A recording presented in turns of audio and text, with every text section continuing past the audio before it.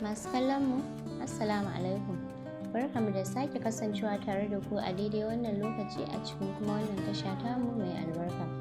Sunana Zainab Abdullahi.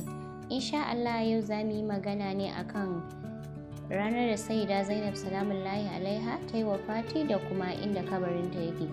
Sayyida Zainab Salamullahi alaiha dai ta yi wafati 15 ne ga watan Rajab.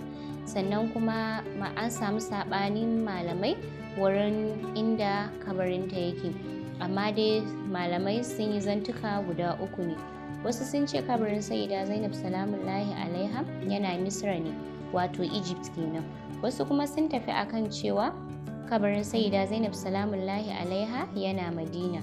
Wasu kuma sun tafi akan cewa kabarin Sayyida Zainab Salamullahi alaiha yana Dimashqa. Wannan shine a kan yanda malaman Ahlul Baiti suka tafi akan inda kabarin Sayyida Zainab Salamullahi alaiha yake.